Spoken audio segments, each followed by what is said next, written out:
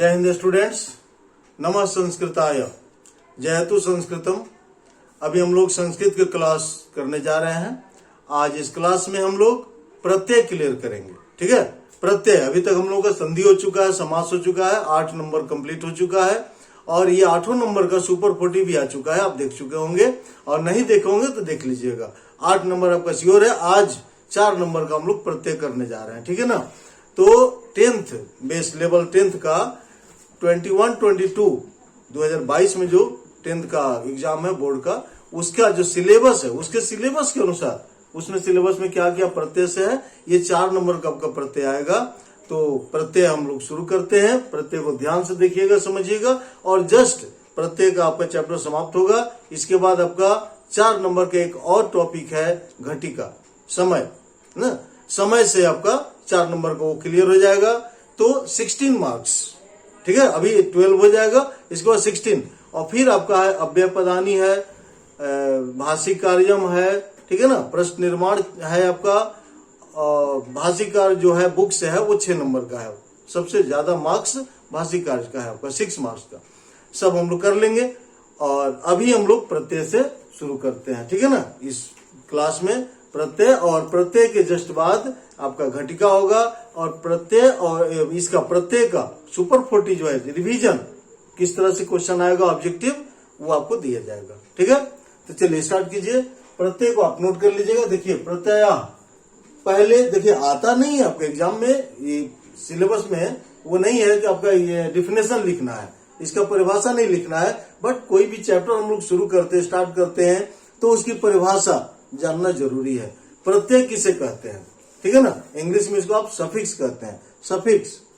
तो प्रत्यय लिखेंगे कि जो शब्दांश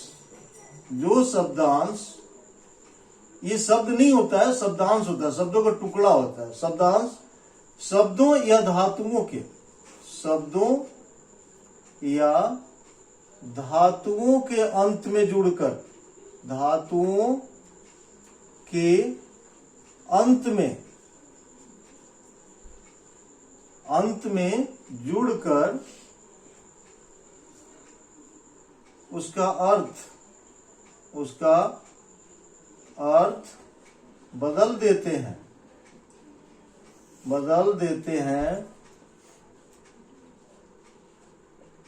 उन्हें प्रत्यय कहते हैं।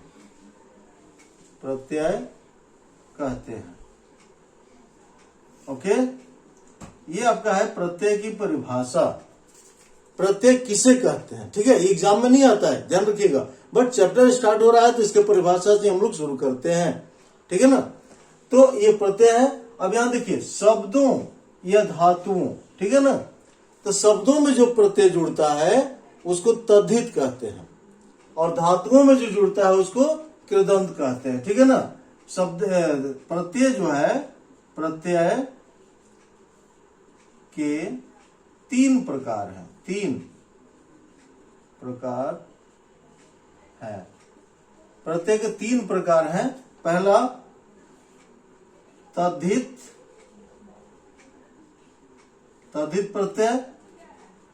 प्रत्यय लिख लीजिएगा, तद्धित प्रत्यय। दूसरा कृदंत प्रत्यय और तीसरा है स्त्री प्रत्यय। ठीक है ना, स्त्री प्रत्यय। ये 3 है। अब ये तीनों प्रत्यय जैसे देखिए तद्धित प्रत्यय है, ये शब्दों में जुड़ता है, ठीक है ना, शब्द के अंत में, ये तद्धित कहलाया। कृदंत नाम से ही क्लियर है, कृत प्लस अंत ना। प्रथम वर्ण से तृतीय वर्ण परिवर्तनम में है, त का द हो गया है, कृदंत हो गया है। कृत प्लस अंत, कृत क्या है, क्रिया है ना। करोति कृत माने क्री धातु, तो ये कृदंत हो गया, माने क्रिया में, धातु में ये जुड़ता है। और स्त्री प्रत्यय वे प्रत्यय होते हैं जो पुल्लिंग शब्द को स्त्रीलिंग बना देते हैं। ठीक है ना। स्त्रीलिंग शब्द 2 तरह के हैं, कुछ नेचुरल प्राकृतिक रूप से स्त्रीलिंग होते हैं, ठीक है, और कुछ पुल्लिंग से स्त्रीलिंग बनते हैं। जैसे बालक से बालिका, देव से देवी, तो ये पुल्लिंग से स्त्रीलिंग बना है। ठीक है ना। तो ऐसे जो है, अब महिला है, महिला क्या है, महिल से महिला नहीं बना है, ये प्राकृतिक रूप से स्त्रीलिंग शब्द है। महिला, सेना, सेन से सेना नहीं बना है, सेना स्त्रीलिंग प्राकृतिक रूप से है। तो ये कुछ ऐसे पुल्लिंग शब्द हैं जो प्रत्यय जुड़ करके स्त्रीलिंग बनते हैं, तो वैसे स्त्री प्रत्यय कहते हैं। अभी आपका 22 वाला जो एग्जाम होगा है ना, इसमें सिलेबस आपका है तद्धित का आएगा और स्त्री प्रत्यय आएगा ना, कृदंत नहीं है सिलेबस में, तद्धित और स्त्री प्रत्यय। इसमें भी बहुत सारे प्रत्यय हैं, लेकिन आपके सिलेबस के अनुसार हम लोग अभी चल रहे हैं। तो 21-22 में प्रत्यय में क्या आ रहा है आपका, तो देखिए तद्धित में अभी नोट कर लीजिए, फिर इसके बाद हम आपको लिखवा देंगे। तद्धित में पहला जो प्रत्यय आ रहा है आपका मतुप है, मतुप, मतुप प्रत्यय आएगा। दूसरा त्व, त्व प्रत्यय आएगा, ठीक है ना। यही दो है तद्धित में। और स्त्री प्रत्यय में टाप आएगा, ठीक है ना। ये तीसरा जो है इसी में जोड़ दे रहे हैं आपको, तीसरा टाप, ये स्त्री प्रत्यय है ना, यहां लिख दे रहा है स्त्री, ये स्त्री प्रत्यय है टाप। यही 3 प्रत्यय हम लोगों को क्लियर करना है। क्लियर है, समझ गया। 3 प्रत्यय, मतुप, त्व और टाप। अब ये प्रत्यय जुड़ता है तो क्या चेंजिंग होता है, क्या परिवर्तन होता है, कैसे, इसी चीज को हम लोग को समझना है, ठीक है। तो इतना आप नोट कर लेंगे और इसके बाद हम अब मतुप स्टार्ट करने जा रहे हैं, ठीक है। हाँ, तो देखिए अब हम लोग मतुप पढ़ने जा रहे हैं ना। पहला 3 प्रत्यय है आपका, पहला मतुप, ठीक है ना। 3 पहले लिखे थे हम, आप नोट किए होंगे। 3 मतुप है। अब इसी को वतुप कहते हैं, जानते हैं आप। हिंदी में शब्द पढ़े होंगे, शब्द का जो भेद होता है तो सार्थक और निरर्थक, ठीक है ना। अर्थ के दृष्टि से शब्द के 2 भेद होते हैं, सार्थक शब्द और निरर्थक शब्द। और ये भी जान लें कि प्रत्येक शब्द के, सार्थक शब्द का निरर्थक होता है, ठीक है ना। जैसे पानी वानी, किताब उताब, लड़का वड़का, है ना। नहीं हम लोग कहते हैं पानी वानी पी लीजिए, खाना वाना खा लीजिए, तो खाना का वाना हो गया निरर्थक। उसी तरह से ये मतुप का वतुप है, ठीक है ना। वैसे वतुप अलग से कोई प्रत्यय नहीं है, मतुप ही है। ये जब मतुप का मान न होकर के वान होता है तब वहां पर वतुप कहा जाता है, ठीक है। लेकिन इसके लिए कोई जरूरी नहीं कि आपको वतुप दिया जाए।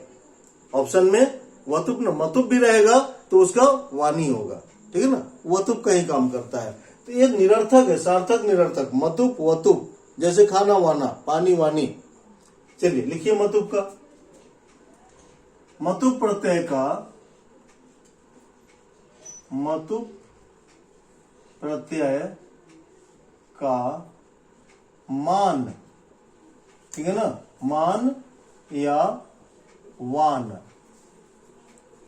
शेष रहता है, शेष रहता है। देखिए जहां भी शब्द में मान या वान हो तो समझ लीजिएगा कि मतुप प्रत्यय लगा है। मान या वान दिखाई दे तो वहां पर मतुप प्रत्यय लगा है, याद रखेंगे, ठीक है ना। अब वान कब होता है, लिख लीजिए इसको।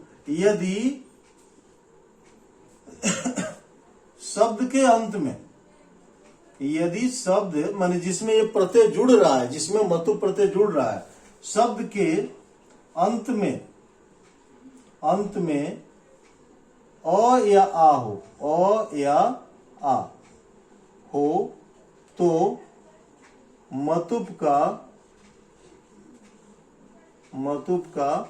वान हो जाता है, वान हो जाता है, ठीक है ना। और अन्य दूसरा कोई स्वर रहे तो अन्य स्वर रहने पर मान होता है, ये भी नोट कर देते हैं। अन्य स्वर माने अ आ को छोड़कर अन्य स्वर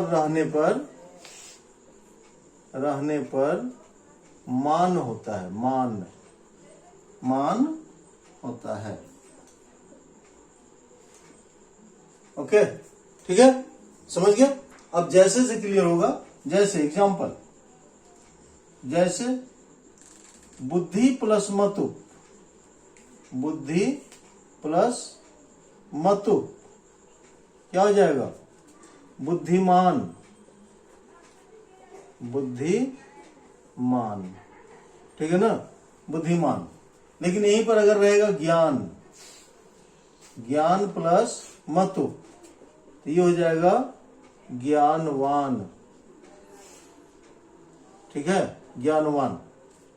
समझ रहे हैं? देखिए ज्ञान न में क्या है अ, और यहाँ पर बुद्धि ध में ई की मात्रा है बुद्धि, तो ई है अन्य स्वर, अ नहीं है तो मान हो गया।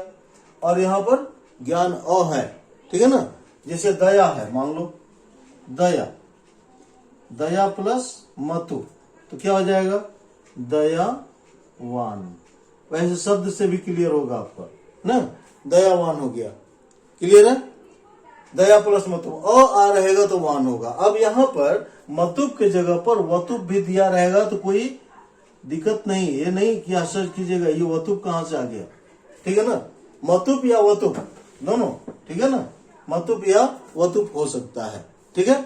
चलिए इसके बाद अब इसमें हम लोग इसका रूप चलता है ना, एक वचन द्विवचन बहुवचन, अब पुल्लिंग स्त्रीलिंग में उसको भी देख लेते हैं, क्योंकि खाली मान या वान आने से आप समझेंगे कि मतुप है, अब कहीं दूसरा आ गया तो कहेंगे नहीं इसमें मतुप नहीं है, नहीं तो वो रूप चलेगा, ठीक है ना। अब रूप आप बता रहे हैं। हाँ चलिए देखिए, जैसे आपका बुद्धि प्लस मतुप है तो बुद्धिमान हुआ, ठीक है ना। अब ये बुद्धिमान कहाँ का है ना, और इसका और भी क्या रूप होगा तो इसको नोट कर लीजिएगा, एक वचन द्विवचन बहुवचन तीनों वचन में, और इधर पुल्लिंग और स्त्रीलिंग, नपुंसक लिंग में नहीं है, पुल्लिंग और स्त्रीलिंग, ठीक है ना, क्योंकि नपुंसक लिंग बुद्धिमान किसे होगा। पुल्लिंग में यहाँ एक वचन में होगा बुद्धिमान, ठीक है ना, बुद्धिमान और बुद्धिमंतो, इसका रूप चलेगा बुद्धिमंतो, बुद्धिमान बुद्धिमंतो बुद्धिमंतः, बुद्धिमंतः, ठीक है। और यहां पर हो जाएगा स्त्रीलिंग में इसी का बुद्धिमती, बुद्धिमती, बुद्धिमत्यो, बुद्धिमत्यो, बुद्धिमत्यः, बुद्धिमत्यः।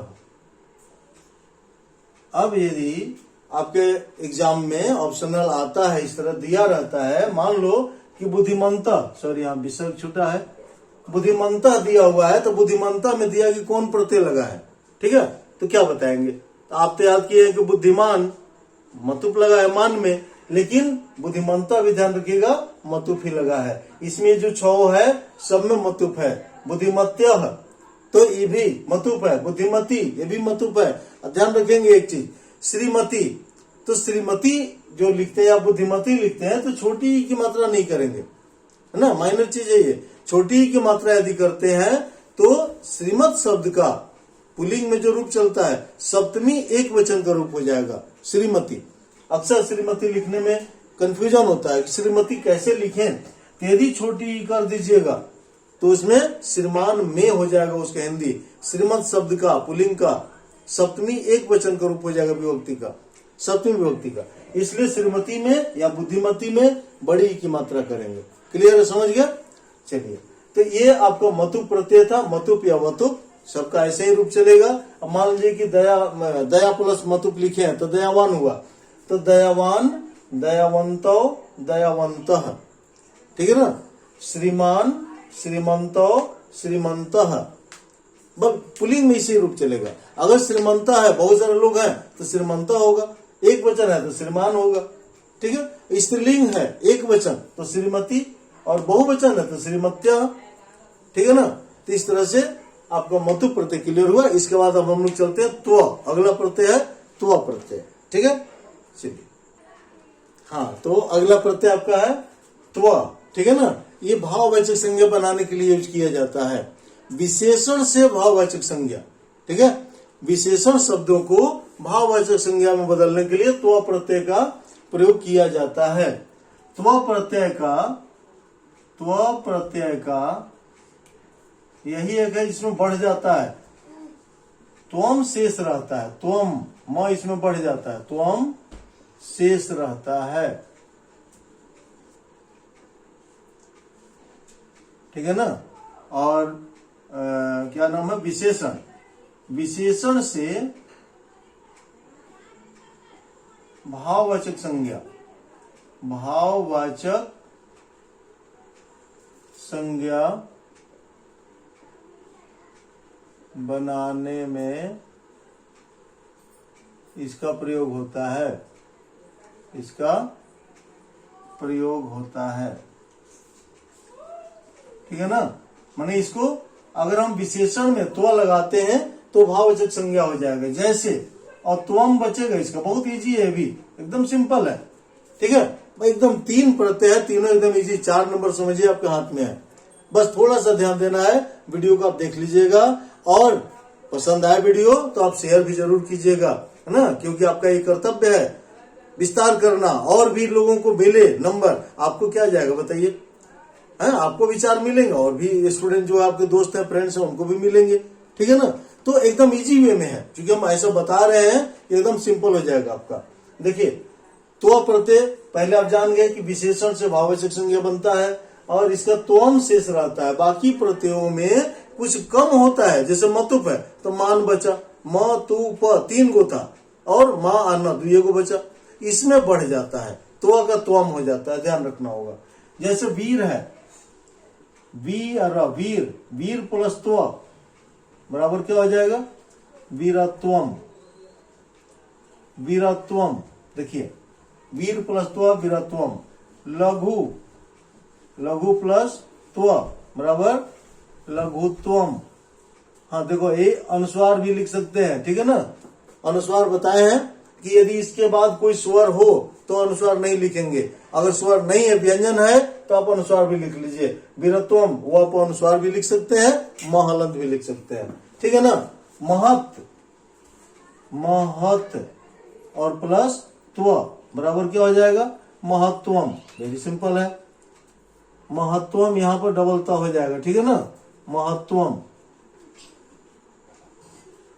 क्यों, क्योंकि त्वम उसका है, वो त है पहले से, महत आधा त है, तो महत्वम हो जाएगा। यही सब ध्यान देना है।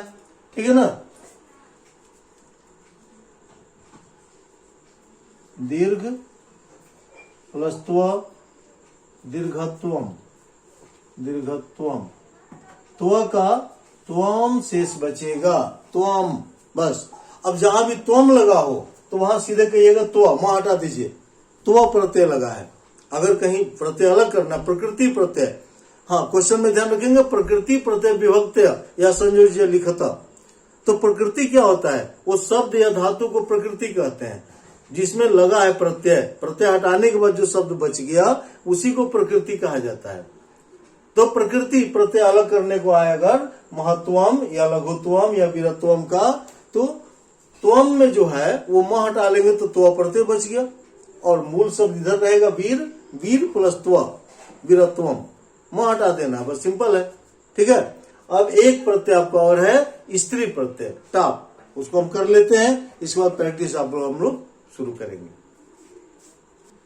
हाँ तो चलिए, अब तीसरा प्रत्यय, इसके बारे में आपको हम पहले ही बताया है कि ये स्त्री प्रत्यय है ना, टाप। और टाप प्रत्यय जो है वो पुल्लिंग शब्द को स्त्रीलिंग बनाता है। ठीक है, यह इसका लिख लीजिए उसी तरह से। इस प्रत्यय का आ शेष रहता है, आ है ना, आ मतलब आ की मात्रा शेष रहता है, बस। जहां भी ये जुड़ेगा जिस शब्द में, पुल्लिंग शब्द में, उसमें आ जोड़ देगा। ठीक है ना, अब पुल्लिंग से स्त्रीलिंग हो जाएगा। ये भी नोट कर लीजिए, पुल्लिंग शब्दों को, यह पुल्लिंग शब्दों को स्त्रीलिंग बनाता है, शब्दों को स्त्रीलिंग बनाता है। ठीक है ना, इस प्रत्यय से पुल्लिंग शब्द से स्त्रीलिंग शब्द हो जाएगा, पुल्लिंग स्त्रीलिंग हो जाता है। जैसे, अच्छा एक चीज और नोट कर लीजिए, या वो बाद में कर लेंगे, है ना, पहले जैसे लिख लीजिए, इसके बाद एक और इसी में है, दूसरा है, थोड़ा सा है, वो बाद में कर लेंगे। जैसे में है अश्व प्लस टाप बराबर क्या हो जाएगा, अश्वा। ठीक है ना, अश्व मीन्स घोड़ा होता है, और अश्वा मीन्स घोड़ी। अश्व में अश्वा हो गया, टाप जुड़ा तो अज प्लस टाप बराबर अजा। ठीक है, आचार्य प्लस स्टाफ बराबर आचार्य। क्लियर है? आचार्य प्लस स्टाफ, तो आचार्य पुल्लिंग है और आचार्य स्त्रीलिंग हो गया। ठीक है ना? अब इसमें एक आता है कि नोट कर लीजिएगा कि यदि पुल्लिंग शब्द के उच्चारण में, यदि ये नोट जरूरी चीज है ये, ठीक है ना, यदि पुल्लिंग शब्दों के उच्चारण में अक आता हो, अक आए, तो उसमें टाप से पहले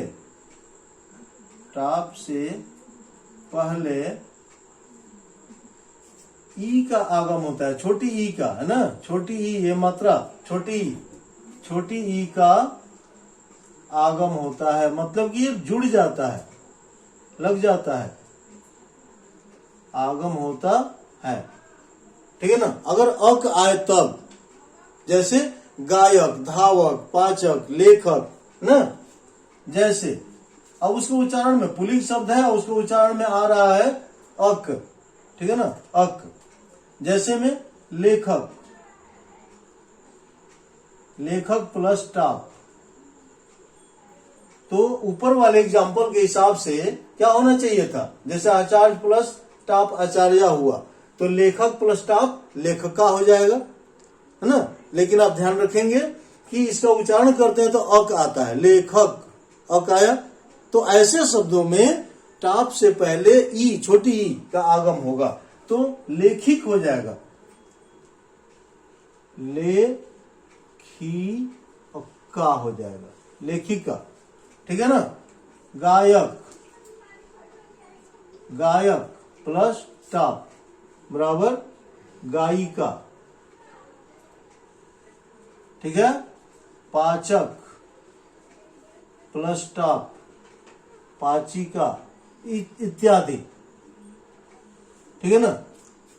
इत्यादि हो जाएगा, बहुत सारा है इसमें।